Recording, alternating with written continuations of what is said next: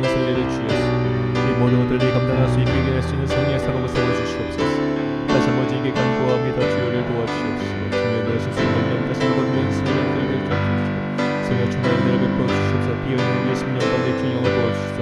다시 한번 주님의 사람 내신 성령 세워주시옵소서.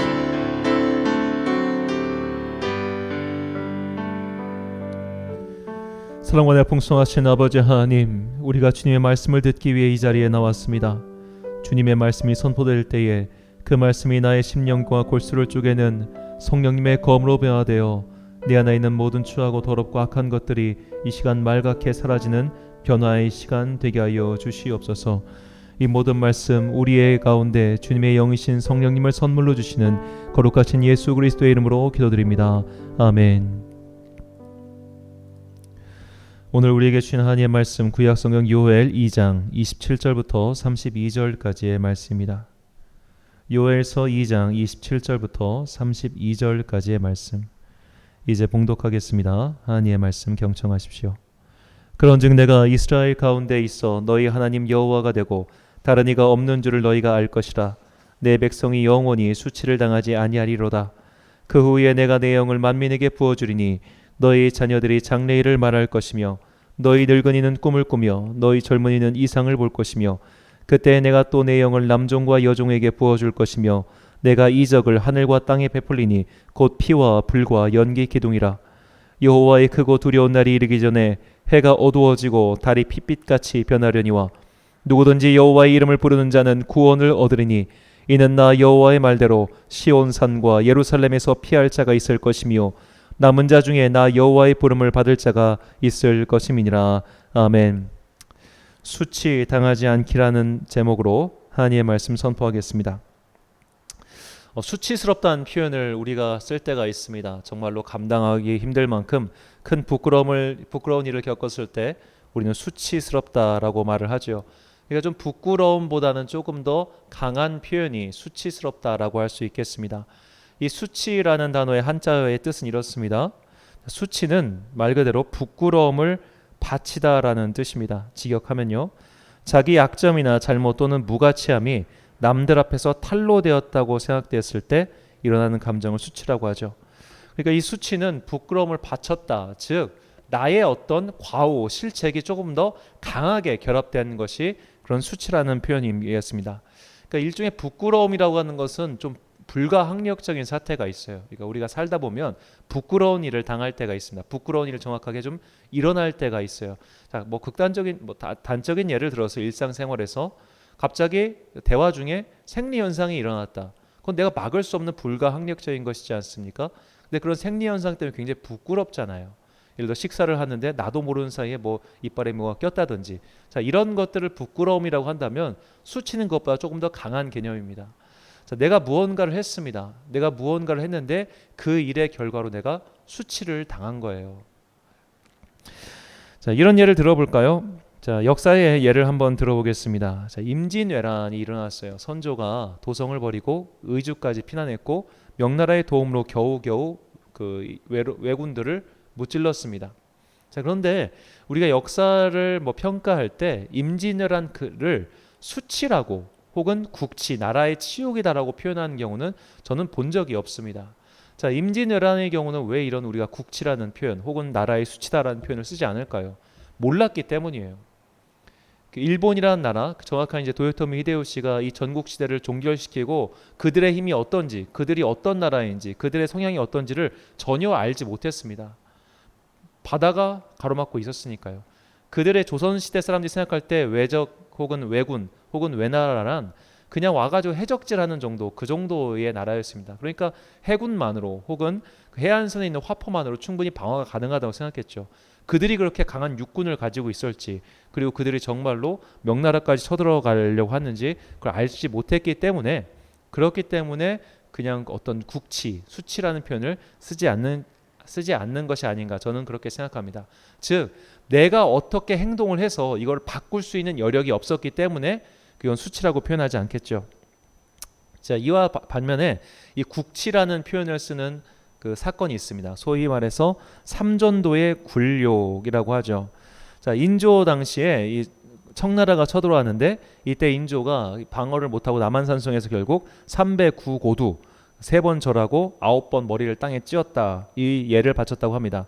이 예식은 만주족의 예식이에요. 그러니까 만주족이 황제에게 바친 예식을 조선의 임금이 했다 해서 이걸 삼전도의 굴욕이라고 합니다. 자, 이런데 이 삼전도의 굴욕, 즉 병자호란, 정묘호란은 충분히 막을 수 있었어요. 그러니까 인조가 전에 임금이 광해군이었는데 광해군이 볼 때 저 만주족의 기세가 보통이 아니고 명나라는 이미 이 국세가 기울었으니 이 둘 사이에서 어느 쪽 편을 들지 말고 일종의 중립 외교를 취하자. 이게 광해군의 방침이었습니다. 그런데 이제 인조 반정, 그러니까 인조가 반정을 일으켜 가지고 광해군이 쫓겨났잖아요. 광해군이 쫓겨나면서 이 중립 외교는 폐기가 됩니다.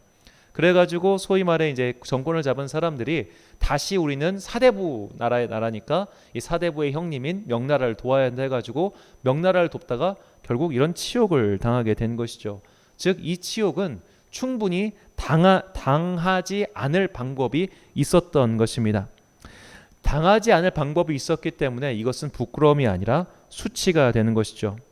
자, 이를 볼 때 수치스러움이란 내가 그때 그 일을 하지 않았더라면 혹은 그때 그 일을 했더라면 이것을 피할 수 있었을 텐데라는 아쉬움이 전제된 감정으로 볼 수 있겠죠.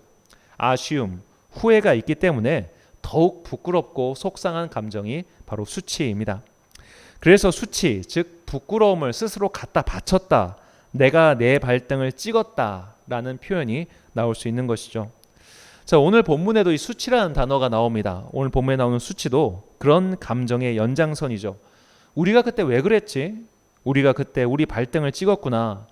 그때 그렇게 하지 않았더라면 이런 수치를, 이런 부끄러움을 당하지 않았을 텐데 라는 속상함의 감정을 표현하고 있는 것이죠.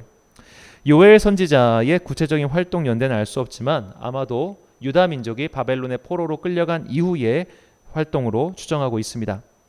유다 민족도 이런 나라의 수치, 민족의 수치를 겪었습니다. 나라가 망해서 다른 나라의 포로로 끌려간 것이죠. 그냥 백성들이 나라가 망해서 강제 이주를 당한 게 아니라 나라의 귀족들, 나라의 일꾼들, 나라의 기술이 몽땅 외국으로 끌려간 것입니다. 더구나 그때 나라를 다스리던 임금은 눈이 뽑혀서 노예로 질질 끌려갔으니 얼마나 분하고 속상했을까요? 그런데 이것은 그들 스스로 발등을 찍은 결과입니다.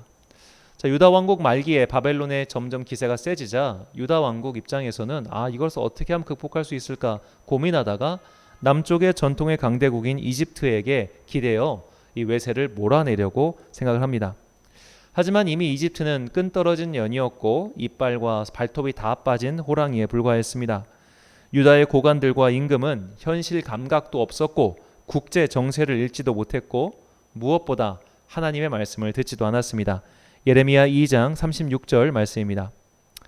내가 어찌하여 내 길을 바꾸어 부지런히 돌아다니느냐? 내가 아수르로 말미암아 수치를 당함같이 또한 애고로 말미암아 수치를 당할 것이라. 아멘. 예레미야가 유다의 왕과 귀족들에게 선포한 하나님의 메시지는 결사항전해라가 아니라 항복해라였습니다. 하나님께서 바벨론을 사용하셔서 지금 우리를 혼내시는 것이니 얌전히 하나님의 회초리를 맞아야 한다. 이것이 예레미야를 통해 말씀하신 하나님의 뜻이었죠. 하지만 그들은 맞기 싫었습니다. 회초리를 맞기 싫었고 외국에게 굴복하기 싫었고 자신들이 무엇을 잘못했는지 인정하고 싶지도 않았습니다. 그래서 그것을 피하고 어떻게든 벗어나 보려고 하다가 결국 훨씬 더 큰 화를 받게 된 것이죠. 만약에 유다 왕국이 남유다가 그냥 바벨론에게 항복했다면 그들은 그렇게까지 망하지 않았을 겁니다. 아마 바벨론의 속국이 되어 적당한 조공을 바치고 적어도 왕국이라는 명맥은 이어갈 수 있었을지도 모르겠습니다. 그런데도 그들은 어리석은 행동을 해서 결국 큰 수치를 당하게 된 것이죠. 이 가끔씩 스포츠 영상을 보면 선수들이 진지하게 플레이하다가 소위 몸개그를 하는 장면이 연출되기도 합니다. 이 보는 사람은 웃기지만 선수 입장에서는 죽을 맛이겠죠.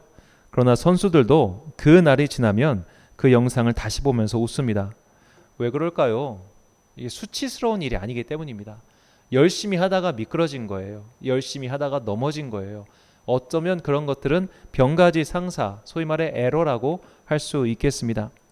하지만 투수가 한 이닝에 말로 홈런을 2번 맞는다거나 하는 일은 상당히 오랜 기간 본인 스스로도 수치스럽게 생각합니다. 왜냐하면 이것은 실투가 아니라 자신이 그때 내가 거기다 던지면 안 됐는데, 그때 저기다 던졌어야 되는데, 혹은 내가 그때 그 타자를 걸렀어야 되는데, 이런 식으로 선택의 결과물이기 때문이죠. 실수로 인한 부끄러움과 잘못된 선택으로 인한 수치는 이처럼 다릅니다. 우리가 사는 동안 항상 바른 선택만 한다는 것은 사실 인간에게는 불가능합니다. 인생은 적든 크든 항상 후회를 남기기 마련이죠. 그러나 수치는 다릅니다.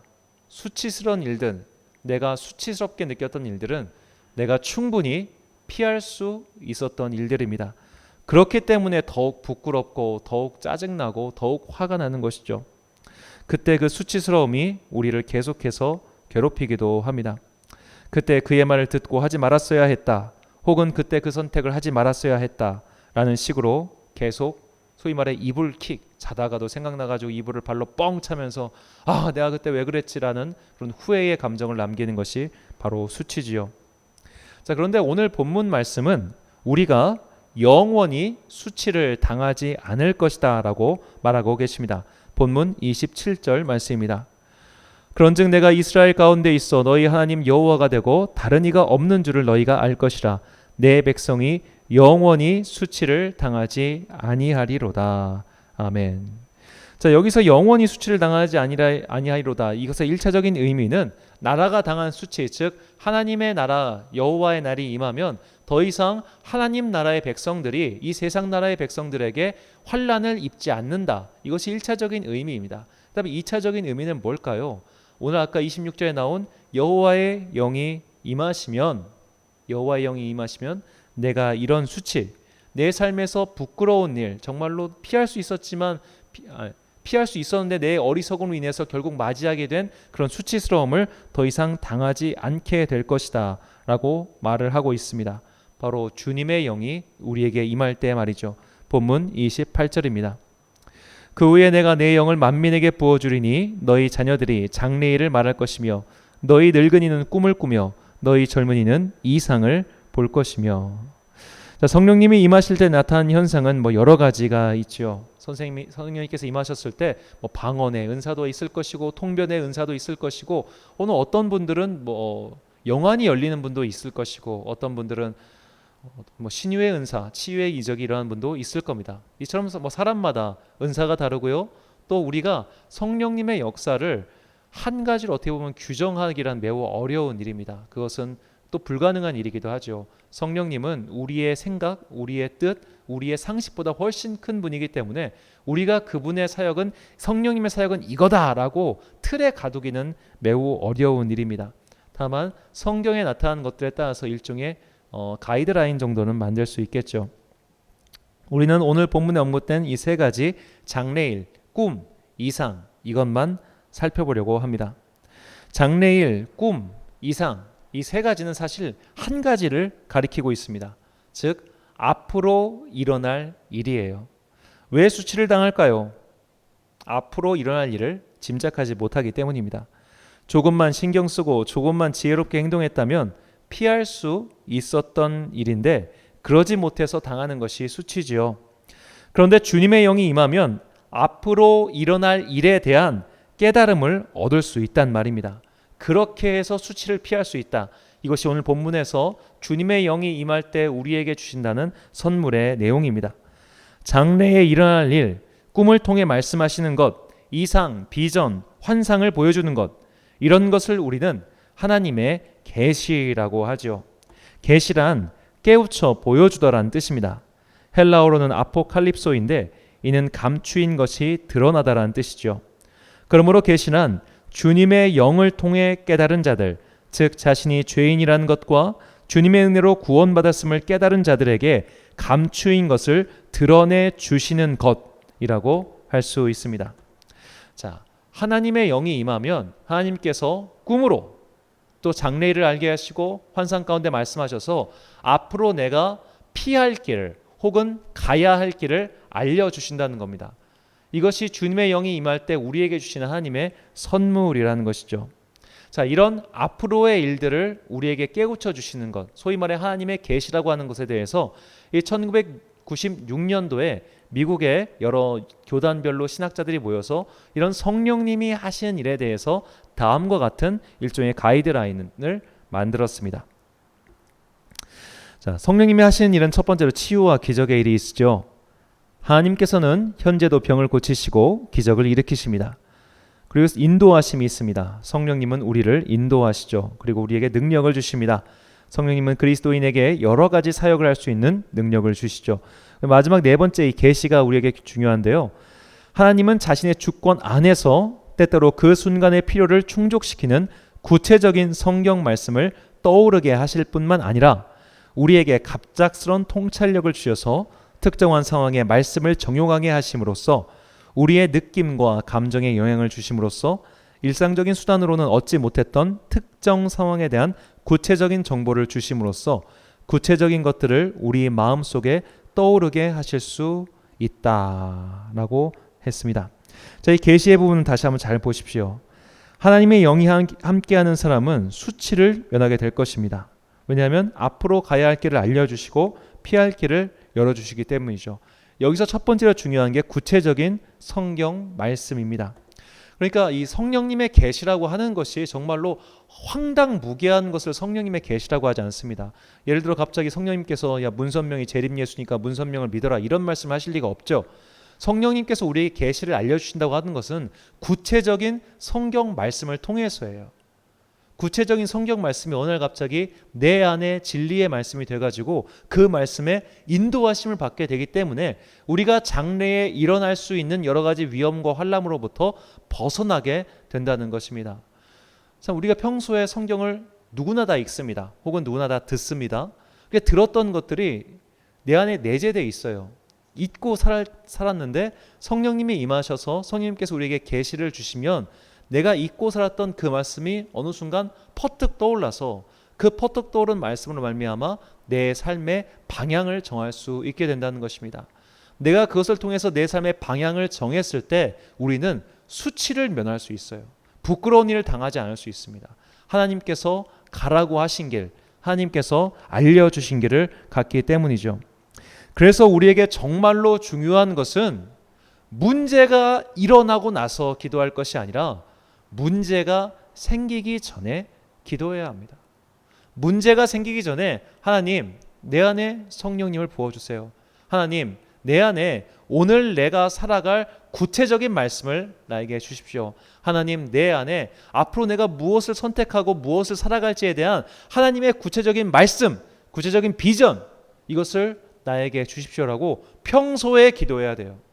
위기가 닥쳤을 때, 부끄러운 일을 당했을 때, 수치스러운 일이 나에게 임했을 때 기도하는 것이 아니라 그 전에 내가 기도를 쌓아놔야 하나님께서 꿈으로도 알려주시고 이상으로도 알려주시고 말씀으로도 피할 길을 알려주시죠. 그러므로 우리가 항상 기도해야 될 것이 바로 성령님을 달라는 기도입니다. 누가복음 11장 13절 말씀입니다. 너희가 악할지라도 좋은 것을 자식에게 줄 알거든 하물며 너희 하늘 아버지께서 구하는 자에게 성령을 주시지 않겠느냐 하시니라. 아멘. 이 구하는 자에게 성령을 주시지 않겠느냐. 여러분 이 말씀을 꼭 품고 살아가시길 바랍니다. 사랑하는 우리 천안광성교회 성도 여러분, 그리고 이 금요일 저녁을 함께 기도하고 계신 귀한 주님의 자녀 여러분, 우리가 지금도 환난을 만나고 있을 수도 있고 또 앞으로도 부끄러운 일을 당할 수도 있습니다. 하지만 그런 어려움이 닥치기 전에 지금부터 미리 기도하십시오. 기도의 분량을 쌓아두십시오. 내 안에 성령님을 충만히 채워두십시오. 그래야만 내가 앞으로 무엇을 선택하든지 어떤 길을 가든지 간에 부끄러운 일을 당하지 않을 수 있습니다. 수치스러운 일을 피할 수 있습니다. 그러기 위해서 우리는 오늘 이 시간부터 항상 성령 충만을 기도하며 구체적인 성경 말씀을 내 안에 빚어놓아 달라고 기도해야 됩니다. 바로 그 말씀이 내 발의 등불이 되어 이 어두운 세상을 헤쳐가는 주님의 방향타가 될 것입니다. 우리 함께 찬양한 후에 기도하겠는데요. 거룩하신 성령이여 우리에게 임하소서. 이 찬양 부르신 후에 우리가 참목소리로 기도하겠습니다.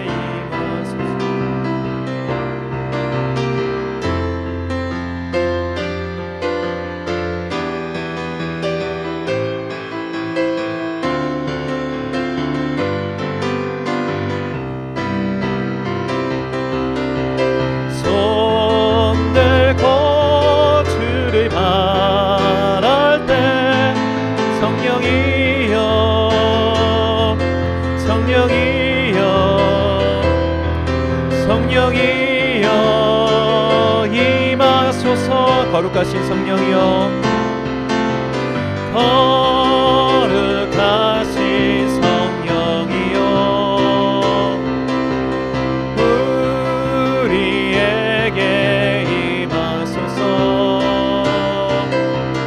성령의 불로 오셔서 세상 헛된 마음 태우소서 손 들고 주를 바랄 때 성령이여 성령이여 성령이여 임하소서 거룩하신 성령이여 거룩하신 성령이여 우리에게 임하소서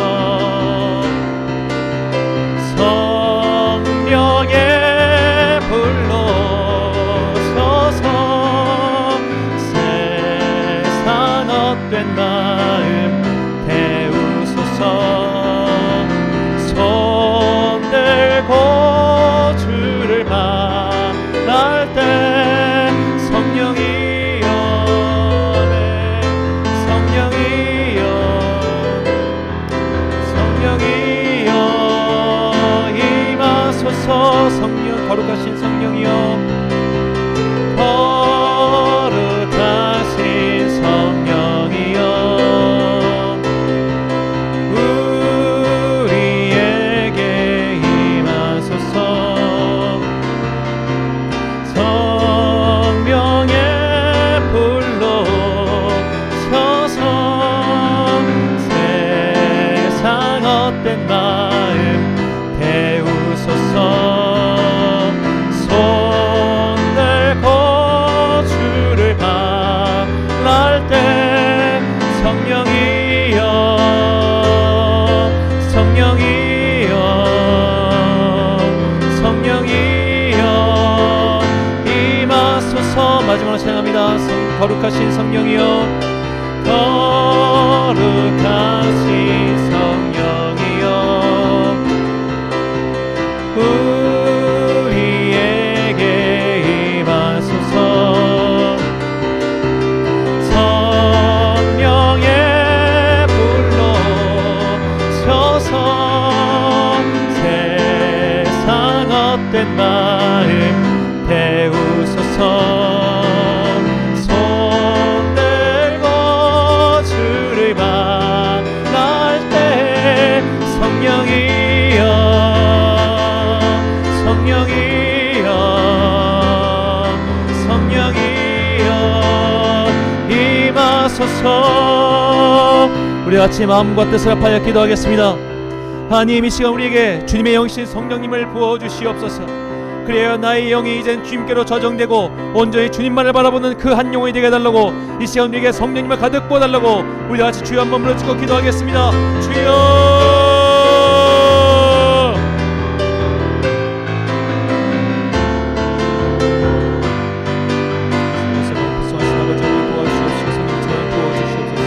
다시 한번 주님의 영을 우리 가운데 부어주셨소.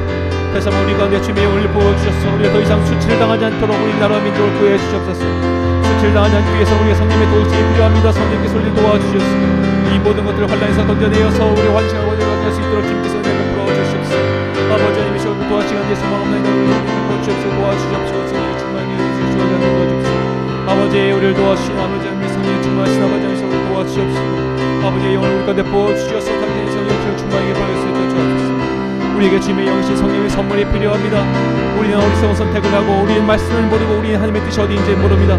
그래 우리의 선택은 언제나 올라줄 수밖에 없고 우리는 죄를 그냥 빠져가면서 스스로를 부끄럽게 하고 스스로를 수치스럽게 하는 일들로 빠져가는 경우가 많이 있습니다.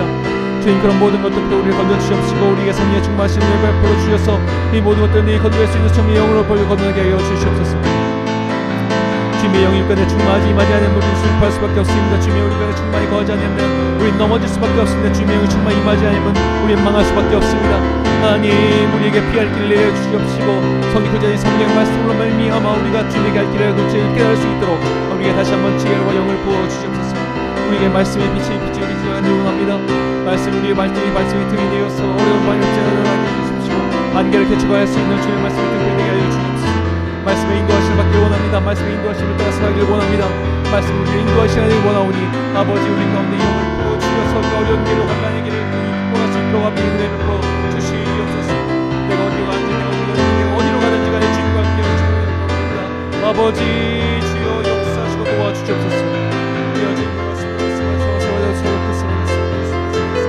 아버지 하나님이시여 우리 가운데 역사하여 주옵시고 주님의 영신 성령 부어주시옵소서. 성령 충만하게 하여 주시옵소서. 성령 충만하게 하여 주시옵소서.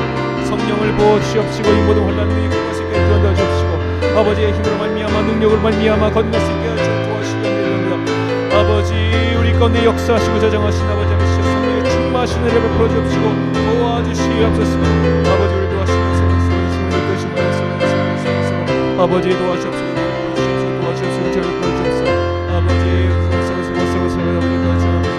다시 한번 우리가 성령 충만할 수 있도록 보여주시고 성령 충만할 수 있도록 저를 보여주시고 성령 충만을 베풀어 주옵소서. 우리를 거듭나게 하여 주옵시고 말씀의 인도하실 만난 성령에 대해 주옵소서. 말씀의 인도하실 만난 성령에 대해 주옵시고 아버지 도와주시옵시고 말씀하시고